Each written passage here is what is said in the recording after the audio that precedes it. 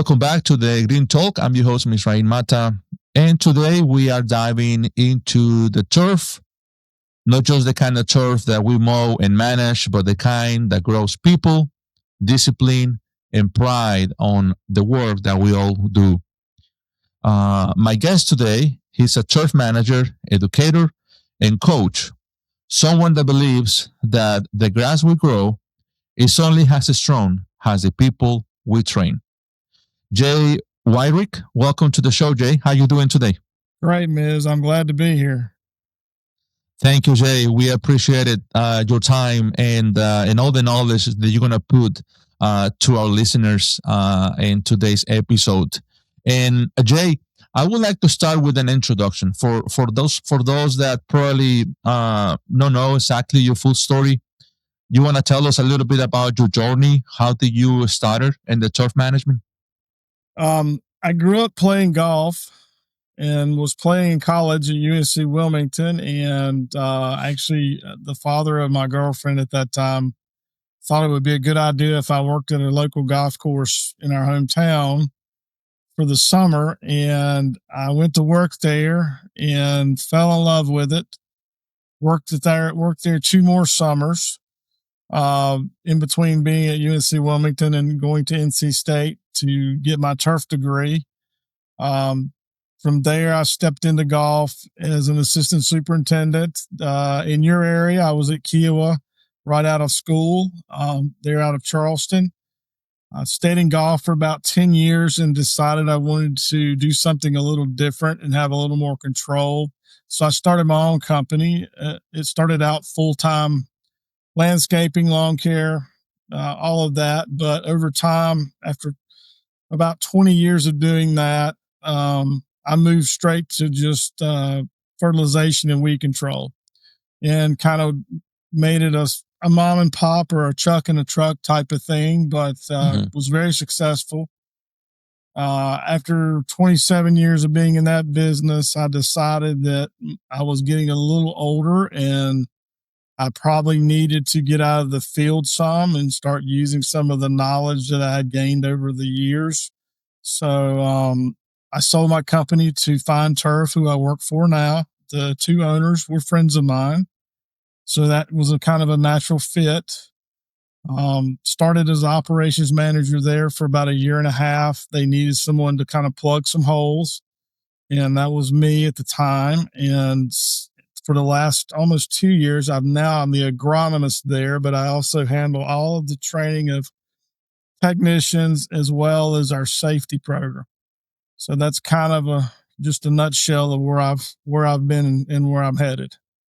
That's awesome. That's a great background, and thank you for sharing that with us, Jay.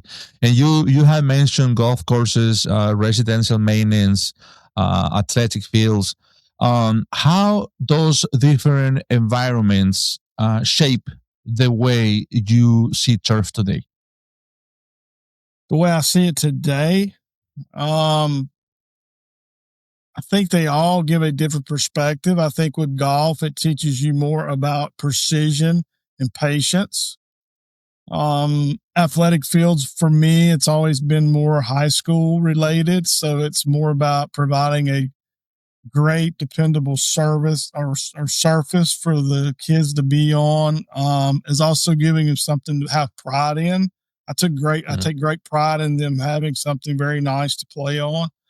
And then as far as residential, I think the biggest thing in dealing with customers, especially being at Fine Turf where I'm at now, I've learned to listen and show and have more empathy towards customers and trying to really solve their problems. That's something that I really enjoy, is going out and meeting with someone that's not quite satisfied and being able to solve the problem right then and there.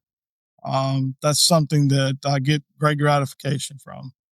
Yeah, beautiful. It's great, isn't it? How some people call it simple thing as a turf, but different environments can teach us different lessons in life, right? They can be put it in practice in real life with people as well. That's awesome.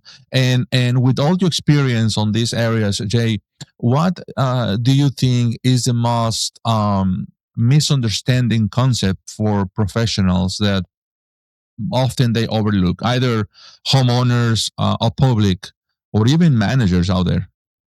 I think a lot of times they feel like it's just mowing or spraying or fertilizing, and they don't understand that we're dealing with weather, soil, irrigation, rainfall. I mean, it's a lot of science and math that's involved. The slightest things in mixing a truck for an application could cause major problems for the homeowner as well as the person or the company that's providing the service. But to me, that's the biggest thing is the science and the math behind it. And the research. I mean, I do a tremendous amount of research on not only on just product, but just trying to get better at my craft. So when I teach people, they're better in the field talking to customers. Yeah, definitely, and that's a great way to put it. Many people really don't understand 100%, and sometimes they don't want to understand, right, how things work and all the moving parts that we need to be able to grow grass. And is really important. Jay, I wanted to jump into a topic that it is one of my favorites every time I talk with or I have this conversation with a guest on the show. Mentorship and building the next generation. In a previous conversation we had, you mentioned it that about the concept of coaching the next generation. What does exactly look to you that concept of coaching the next generation? Well, I think it's very important to teach them the correct agronomics. And I'm not saying this in a negative light to our um, providers or our vendors, but you can be sold some products sometimes that may not necessarily be what you need. I think it's important to understand that a lot of times being somewhat of a minimalist will go a lot further than putting 10 things in a spray tank or Yeah. those are all tools in a toolbox and can be used in different situations. um, I try to strive with my guys to teach them correct agronomics in the way I think it should be taught. um, I also try to incorporate stories with that, or leadership moments. Sometimes I'll go through and we'll go through several weeks. We'll go through core values, but I'll connect a story to it. Um, we did one the other week. We were talking about just small, consistent actions, and did kind of a one on about growth because we talk about being growth obsessed at Fine Turf, and it was discussing the fisherman with a 9-inch skillet. It was always keeping the small fish and throwing the big fish back, and it's kind of Right. like, why wouldn't you just buy a bigger skillet? Or you're going to kind of be stuck with that 9-inch skillet all your life, or you're going to grow and have a Right. big skillet. And so I try to incorporate that kind of thing into my training. And then we do a weekly subject matter. I've got a built out schedule for the entire year where we go through different weeds, different pesticides, different parts of our program. So those are a lot of things that I work towards. Oh, this looks great, and all those are very important to start with. Solid base, solid foundation, and then take the technicians from there. And talking about more values or lessons for the new technicians in your team, do you have any values or lessons that you teach them or trying to teach them when it becomes the work that we do, not necessarily on the agronomic side, but more like on the personal side of the business? Oh, absolutely. I mean, I'm constantly one of the big things I like to do is I do it every Tuesday. I do a ride along with a technician. And I go out in the field, and my goal is to learn as much about that technician as I can that day. Their family, their siblings, are they married? Do they have children? What problems are they having in life?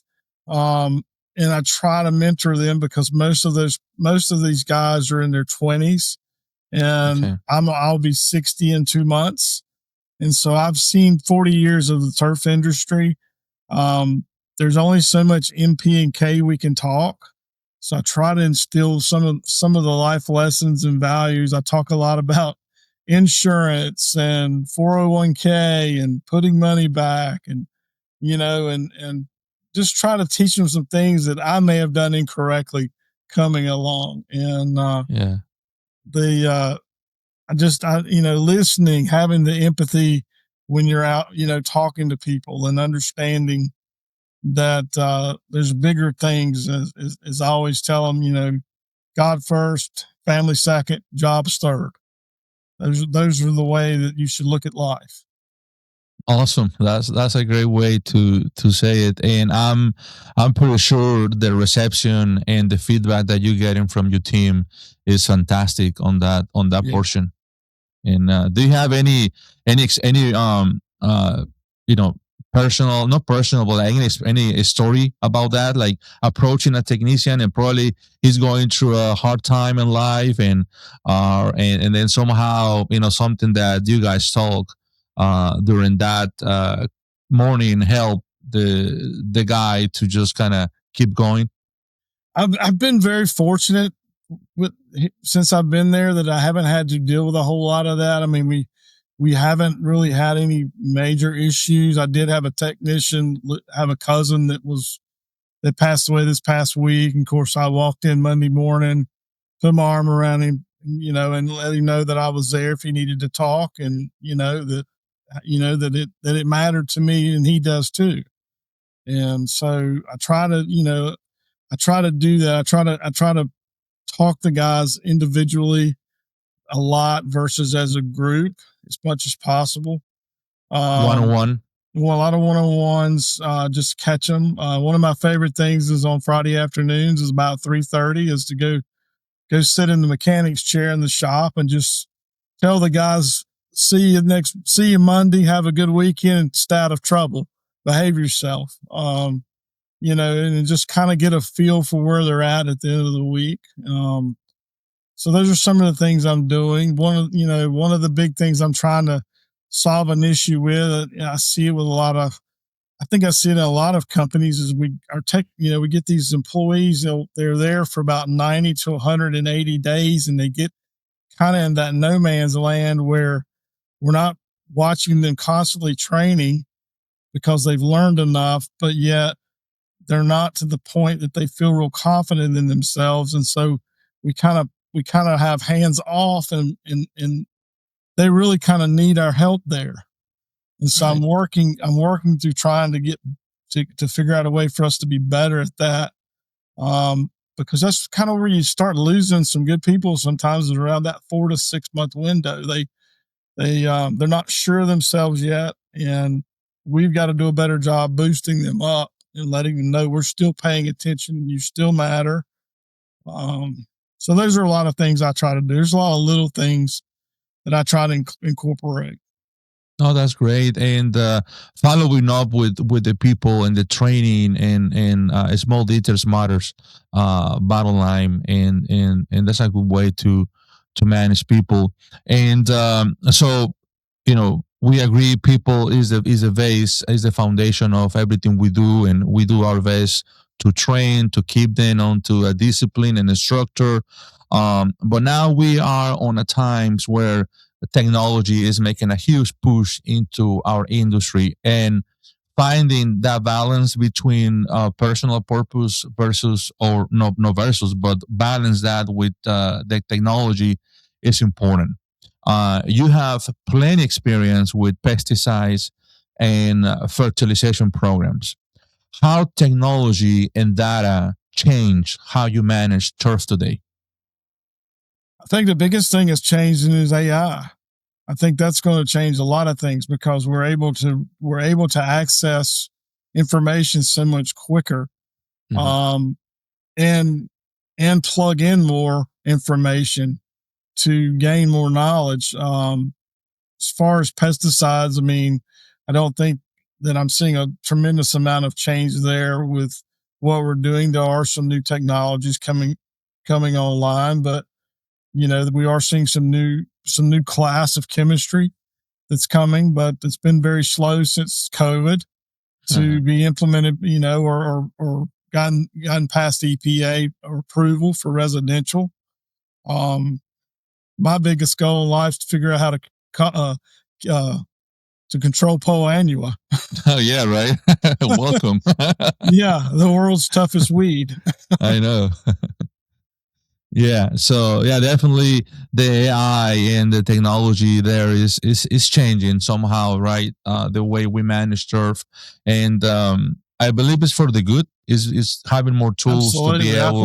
I think it's a great tool that we're going to be able to use. I mean, just like most larger companies, we're tracking things daily, weekly, monthly. Um, everybody has metrics. There is any specific piece of technology there are you using either on behind the desk you for track applications or records or with equipment in the field? N- not as of yet. I'm not. I don't handle any of the tracking of what the Okay. technicians are doing. I just check up on it.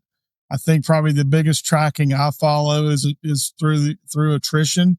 I still have a lot to do with um, what I call our cancel saves. So that's about the only thing I really track. Um, and that's just getting better usually with customer communication. Right. Yeah, definitely. And Jay, let's walk us through, let's say, a morning in your life. Let's say you are on a residential property or athletic field, trying to build a program. What do you look for when you are out there trying to build a program for, let's say, a residential property? Typically, the first thing I'm looking at, obviously, we're looking at turf type. Um, it's become much simpler and has to be more sustainable in the situation I'm at now. Whereas I have to think about, will a technician be able to come out here and understand what they're doing, and versus someone who, like myself, has been doing it for so long. So I think we have to structure it to where they're capable of doing things and making the product work. I don't know that I have a definite or definitive way of looking at one property from the next to decide what I'm going to do. I do build the programs at our facility, but it's when you're a large company or a larger size, residential company, you're typically, or it's more of a cookie cutter versus being able to make changes on the fly because you are running 10 trucks out of one location. So those Right. guys have got to be able to replicate those applications every day. Hmm. Yeah, definitely. And have you seen? I mean, just thinking out loud. Cost reduction, all the materials are going up, you know gas is steady now, somehow, but do you find so many any tool of technology, piece of technology helping you guys to track better the use of the material and reduce the cost of it, We maybe the do. use? Yeah, we're tracking usage daily, um, with technicians, as to what they're doing, and they know that they're actually plugging the numbers into a laptop with a TV screen in the shop every afternoon, so they know where they're at before they go home. We track that away. I'm a big proponent of not buying product necessarily right off the shelf in mixes, and I like to roll my, as I say, call it roll my own. I find cost savings there, especially with weed control. Mhm. So those are some of the, that's not technology. That's just years of doing it and studying the business and learning as much as I can about the products. But we definitely track what the technicians are using and where they're at, and they understand that that affects everything at the end of the day, because that's, if we're over or under, it makes a big difference in what we're doing for the customer, but it also makes a big difference for what our P&L is as well. Yeah, no, definitely. And I mean, the knowledge that in this case that you have in doing these mixes and finding the way to have a better approach, it is innovation. So it is part of the technology and just be able to do better. And it is important. I like the fact that you mentioned you say something like the technicians know where they are at the end of the day. Yeah. So it is important to keep all the people, all the team members in the game understanding exactly what we're doing and or what they're doing in the field. That's a good way. That's a good thing to do. I definitely am going to put it in place or make sure to reinforce that fact of make sure everybody stay on the same page on everything we're doing. And so, in your opinion, when it becomes turf management, um, prevention versus reaction. I know pre-emergence is the best way to deal with weeds, right? Yeah. But in your personal opinion, where do you put the efforts more on the pre-emergence or post-emergence, or how you deal with that program when it becomes weeds, herbicides? When it comes to herbicides, I would think, grassy weeds, obviously it's going to be pre-emergent. Broadleaf weeds, it's going to primarily be post-emergence. We were discussing this actually this morning. It's in our industry, you need to be proactive, not reactive. Because when you fall behind, you're behind for 6 months. Yeah. So you need to really be out in front of things and thinking forward. I mean, my mind in December is already thinking about round 3 in May, in early June. Right now, well, where are we going to be, and what do we need to be thinking about coming up, as far as what the weather's possibly going to do, or where we may need to make adjustments. Yeah, and how you deal with? I mean, I know you're an expert and you have a lot of knowledge, but how you flex your programs? You said just weather. We were talking about the cold temperatures these days, but then the next week we may gonna get again warm up, and so how do you flex your programs and your work to be able to stay up against the weather? Because now it's like we don't know exactly what's going on, so we just need to play by ear. Right now you're trying to wrap up. We're on fescues. For example, we're in our last application, and it's granular fertilizer. It's about an 80% slow release. So, that's kind of where we're at, wrapping up, going into Christmas. There may be a few annual controls left out there for cool season turf, but they'll clean those up this week once it gets above 50 degrees.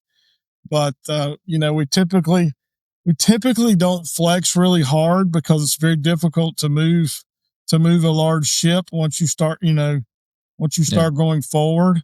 There are times that we are just kind of stuck and we have to just ride it out, but we do make slight adjustments where we need to. One of the things I'm really excited about, I talked my owners into this coming for 2026, is we're going to dedicate 3 trucks to warm season turf and new sales only. And then we'll have the remainder of the trucks just doing fescue. So whereas we've been trying to go back and forth for consistent routes for density, we're now going to get more into where we can specialize on some of these turfs and really dig in and give customers a much better result and product. Yeah. Just like you and me, we see everything's going up in cost, and we're hearing that from the customer. Our expenses are going up as well. Is lawn care really something that we need to do? So we've got to give them a really good product, or that's going to be it's going to become a luxury item to them more than a necessity. Yeah, definitely. It's a good point. And this I need to ask this, okay? And don't feel compromised to answer. And it's just like I always like to ask this to a turf person. Granular fertilizer versus liquid fertilizer. Which one do you prefer the best? I think they both have their place. I think they're both effective. I think with granular fertilizer, it gives you more room for error versus liquid, especially when it comes to, hitting edges and corners. I think you have a little more room for error with the granular, and we do a mix of both. For that reason. That's a big thing in my program. I like to call our program kind of a hybrid program. I mean, we do granulars and we do liquids, and I build those programs to where they're not so clunky for the technician, where they're having to walk a lawn twice. Nothing's more frustrating to a technician than to have to push a fertilizer spreader and then turn around and come back and have to spray. So we build these things with slow release fertilizers. When we're using granulars, we stack early and we let that slow release work throughout the season. And that way we're able to zero in more on weed control. So we're checking more boxes. And like I said, they both have their place. I've never looked at it as one as the other. I mean, to me, it's still nitrogen. I mean, I think, probably warm season, I would say granular makes it. I like that better, but I don't know if it's necessarily the case. Yeah, no, that's all right. I just, there are some people that they will die. One or the other. I just want to ask, but no, thank you. It's a great way to do it. A combination and also the type of turf that you're dealing with. Also determines, what's the best for you at the time, right? Not the best by themselves. Yeah. We're always trying to add a little bit of something fertilized through the growing season, even after the early part of the year when we get all the heavy granular down, we're still mixing ammonium sulfate at a low rate into the mix, because it makes herbicide work better, but it also is giving us an opportunity to still grow a little bit of grass and pull things out of problems if we get an early disease break, or you got a yard that's struggling, that's kind of a newer sale. So that's we're always trying to make that happen. Fire truck ready. That's what kind of and that's kind of how I always operated when I was in business. I always had what I needed. Yeah, awesome. That's good. A coworker that we used to be a spread techs a long time ago, he used to use that expression, fire truck ready. Yeah, and I like it. I like that. In the summertime, it's not a surprise for me to have 3 or 4 backpacks and a tub full of chemicals in my service truck, to where when I pull up on a problem, I've got a solution. You got what you need. Yeah, that's right. And Jay, another problem that we have besides turf, especially dealing with the residential customers, is communication. Yeah. So how do you manage communication with clients when you have, let's say, when you have a major production going on? What's the best strategy that is help you to communicate with your clients and reduce the amount of complaints or concerns of, I don't know what you guys spraying, or you're going to kill my dog, things like that. Yeah. One of the things we do is our technicians knock on every door. They probably only see maybe 25 to 30% of the customers on a daily basis, but that goes a long ways. Obviously, if a customer is requesting it, they get an email the night before, they get a text the night before. as far as those types of things. We're doing we're doing multiple things. It's actually going to be a big part of my January training when we have these really cold mornings and we have extended time. Is I'm actually working on that right now. I told the guys today I'm up to 224 questions that customers ask that I know about, and we're going to drive home I was working on an acronym called Calmer today, on how to to listen to the customer, because there's times when I have this problem as well. A customer will be talking to me and I'm already forming my answer before I've finished listening, instead of letting them finish, pause, take 30 seconds for everybody to catch their breath and then answering. So I'm going to be really teaching that to my guys, um, going forward, and that's a big part of what we're after right now. We've tried many different ways, with customer communication. We've had VAs in the Philippines. We've had, um, our office manager. She used to handle it all when we were a little smaller. She can't do that anymore. Now our salespeople used to just be dedicated salespeople, but now they're going to become account managers. So they're going to be handling that customer communication along with sales. I think that's going to be a big change for us, and a big win, because we're all in the same office and building and we're able to communicate. And one of the things, we brought on a spray manager, that's been in the business about 15 years, and he started a group text with all the technicians. I fell in love with it. I'm like, what a great idea. I wish I had thought of that. Yeah. Because we pass information back and forth all day. If someone sees something or I see something that I think's very teachable, I'll send a picture to the group and say, first guy that answers it gets a $10 Starbucks card, or, That's good. I've got a Harold's hat in the corner I'll give you, just kind of incentive to get these guys thinking a little bit different. No, that's great. That's good. And have you any of the areas that you serve currently? You dealing with these new regulations, especially government side, where they want to go with organic only. Have you deal with something like that, or not really? We get a few customers a year asking for organics. I've not seen any real pushback from the government side of anything. I mean, Okay. I'm in North Carolina. I mean, we're a farming state. Yeah. We probably have some of the least restricted rules there are. Um, when I do get an organic customer, I try to remind them, that organic products are pesticides as well. I mean, Right. everything we use is a chemical, and I go through you know, the old table salt routine is sodium chloride, and I'm like, sodium by itself with water is highly explosive. Chlorine by itself is highly toxic to humans, but yeah, we combine the two, they stabilize, and we put it on our food on a daily basis.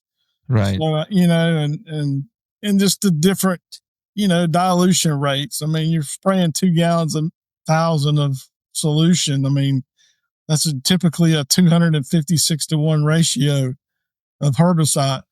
I Right. mean, there's things that are way more dangerous under their kitchen sink than we're ever going to have or deal with. I mean, True. you know, so And that's and there's just not good herbicide control or weed control with organics. I mean, you can get away with some of the pre-emergent stuff, but I've yet to find anything I think is going to give you the same results. definitely, and I guess we both agree that proper communication and education to clients when become organics and pesticides and all that is gonna uh, helps a lot, right? Yeah, To on the pesticide. I eliminate mean, that I'm not mentality. against organic products and for fertilizer. I mean, listen, I like chicken litter. I mean, I like putting a little bit in my fur. I've seen some I've seen some really good things from it, but you can overdo that as well. It's like anything; you got to take it in moderation. Yeah, yeah, totally. And so Jay, I mean, you have shown plenty evidence of your knowledge and your experience in all these 4 years, and I mean 4 years in the industry. Do you think that as a whole we're doing enough to train the new wave of professionals, and either, I mean, both in the field and the science skills, and then with the new generation of people entering? I would like to feel like we are where I'm at, because my owners have taken that on as that's something they want to do, and they have given me the role and the reign to The do it. thumbs up. Yeah, and I mean, we're going to build field plots this summer at our location, or this we're starting this winter, and so I'm going to have field plots. I mean, I'm going to be able to do some things to really kind of turn it into classroom. Good. I think a lot of companies talk about training, but just like we were a couple of years ago, there wasn't a whole lot of training going on. Um, I really pushed in the third quarter of this year to start safety training at our facility because we really didn't have it. Um, I took it on as a project for me to handle and look after. That's very important. I remind these guys on a daily basis that they're driving heavy trucks that don't stop as fast as their Honda Civic. And I have a favorite saying. It when they go out in the morning, is come back with 10 toes and 10 fingers. That's the most important thing of the day. Yeah. And be the slowest trucks on the road. Yeah. But I don't think I feel like in education, I feel like our universities in the ag programs or the turf programs are getting pinched for money right now. Those professors are no longer dedicated 75-80% to teaching. They're having to go out and do extension work to be able to garner tenure, and then they're having to rely on outside money like the Syngentas or the Bears or the BASFs to come in and prop those programs up. Well, obviously they're going to say good things about them. They have to. Right. Um, and so to me, that's a difficult crossroads. I know some programs have shut down. University of Kentucky shut their program down a few years ago. We had a community college here called Sand Hills in the Pinehurst area. I think they have shut their turf program down. So, it's kind of, I'm hoping we're not losing ground there, because I think, the trade industry overall is a great industry, and our industry, I think, has wonderful potential now with the private equity money that's involved Yeah. to really grow and offer some really great careers. I mean, look at me, look at you, what and the abilities to move up into companies and become part of leadership. I mean, I really hope we figure it out sooner than later. Yeah, totally. And I feel like we are on a very critical moment. Yes. And we have mentioned this in several episodes with our guests, where the people in the industry, we have that ability now to be able to keep building the career, not just for us, but also for the new people. Mm-hmm. And the training is a huge portion of it. And everything that is going on in the country, and the private investors, and how the industry is moving, um, can be both sides. Like either we exceed the expectations or we just go left. Or we just Uh, fall off the kind of to the side, and we go back to the, our industry is obviously easy to get into if you have a truck, a trailer, and a lawnmower. And I right. don't want it to stay there because there's too many good things we can do. Um, so we've got it. We're at a crossroads. There's no doubt in our industry. Yeah, definitely. And talking about the future, Jay, let's say we have a 20-year-old man entering the industry now. What advice would you give to that person? be curious and ask a lot of questions, and always have a great attitude. That goes so far, especially at our Yeah. place. If you come in with a good attitude and you show interest, and you ask some questions, we're right there,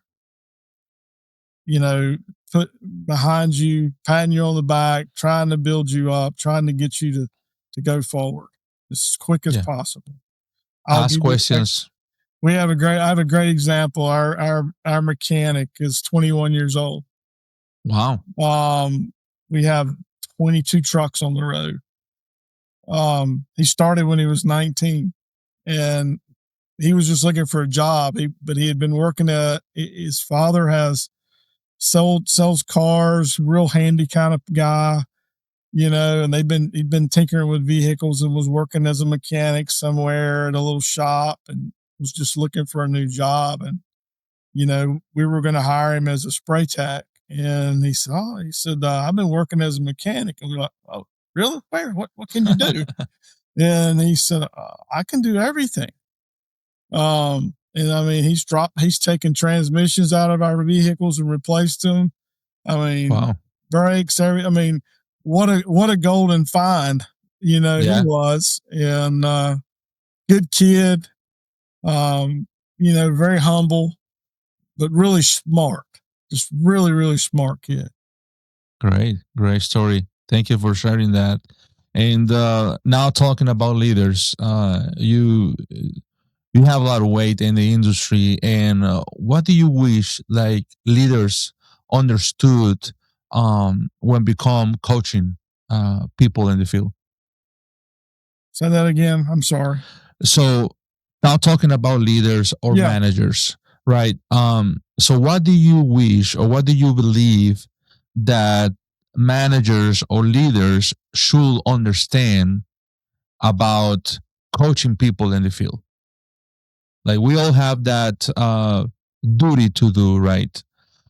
Coaching others, but not every person is capable to do it. It's the most important thing. You can't do anything without your people, and you've got to convince them. And this is where I work for two guys that believe this. You can't go to battle if you don't have warriors. Yeah. And so you've got to invest in these people, and you've got to make them feel like they are needed, wanted, taken care of.